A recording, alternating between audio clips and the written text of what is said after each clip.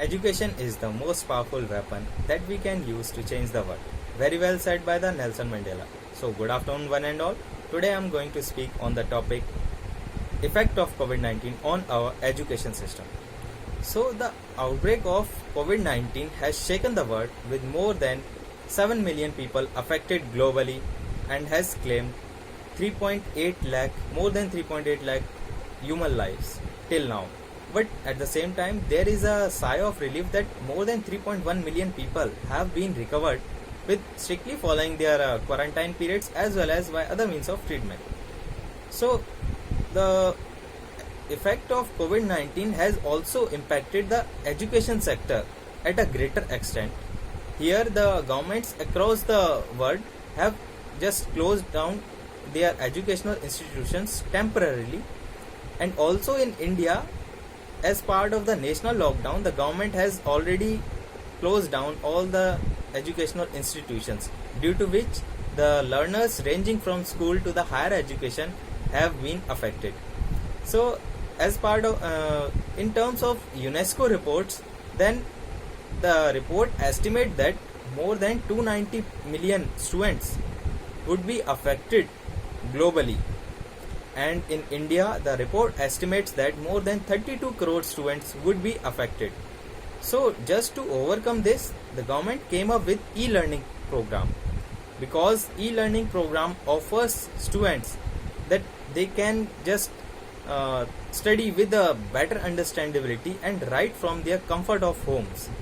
So that is the basic advantage of e-learning, and also it is the cost effective one. So as we have already seen, the instructors are just adapting these platforms under the work from home initiatives. So the teachers are just creating a WhatsApp group, adding all the students of their classes, and just send on daily basis their daily curriculum, and with a condition of completion on time.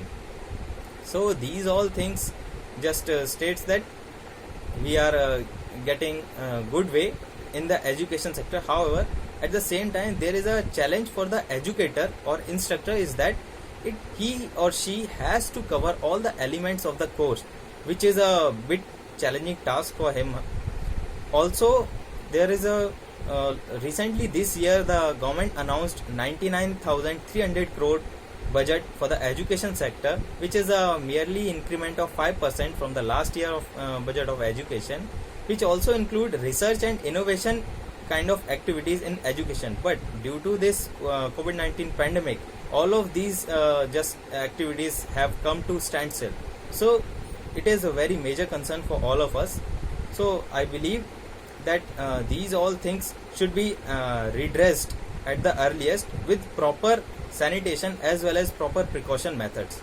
So friends, at last I would like to conclude my topic by saying that Indian government as well as all the students should make use of this situation, should take it as a blessing in disguise and use the digital education system for as a major part of their learning process, as this is the future of education. So that's it. Thank you.